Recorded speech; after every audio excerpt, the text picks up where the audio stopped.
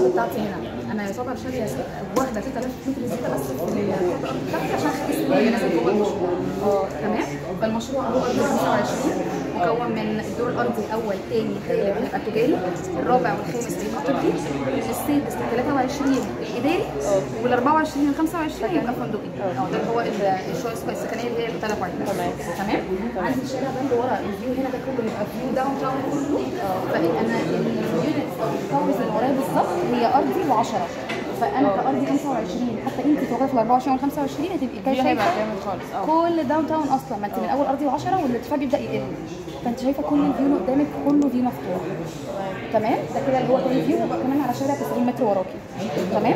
طيب الفيو الرئيسي قلنا اللي هو الفيو النهر الاخضر بقى اللي هنا، شايف بقى كل سوق الذهب، شايف مسجد مصر، شايف حي الازياء والموضه، شايف حي التراث والفنون، شايف كل الفيو، شايف كل النهر الاخضر بفيو مفتوح. انت مش اي حاجه قدامك خالص. سوق الذهب ده تقريبا ارض الرينا وارض ثلاثه، فانت اللي قدامك اصلا ارتفاع قليل جدا، فانت شايفه كل النهر الاخضر بمزايد الشمالي.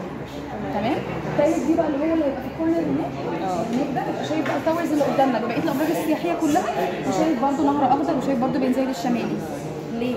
انا الفكره من الابراج السياحيه اللي انت هم شريط صفين، فالصفين دول هيبقوا مبنيين بشكل متوازي او بشكل ان كل الناس تبقى شايفه النهر الاخضر دايركت والبنزايد الشمالي.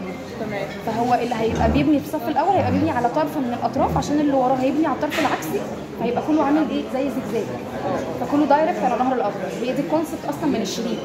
تمام. الارتفاعات بقى بتاعت الابراج السياحيه كلها من اول ارضي 25 اللي هو اللي احنا فيه هيبدا يطلع لحد البيك ارضي 50 وينزل تاني الارضي 25. باهي قال لنا هرمي. ايوه بالظبط، هي معموله بشكل هرمي، احنا يعتبر اول تاور في الشكل الهرمي. فانا عندي الفيو ده كله جاي بص على النهر الاخضر، بص على المونوريل. انت يعتبر اللي نازل من عندك داخل عندك الكوميرشال على طول، يعني كل المحطات الواحده المحطه نفسها بالظبط. المحطه قدامي السلم اللي نازل تخش على طول حتى، يعني نازل يستنى اصحابه، نازل يشرب حاجه، نازل يلف، نازل ياكل، ما انت هتبقى انت اول صف يقف على بالظبط.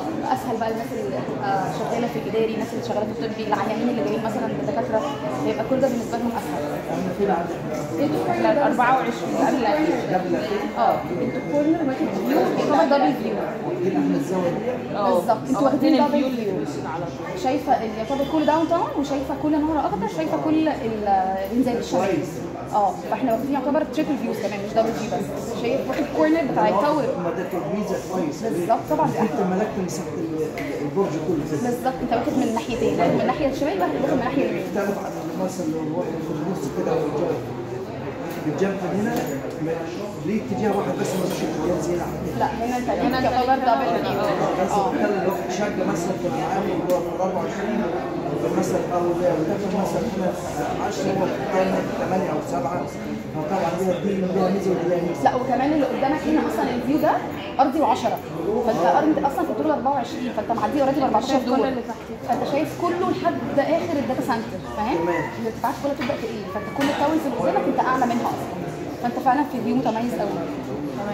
تمام. نرجع تاني.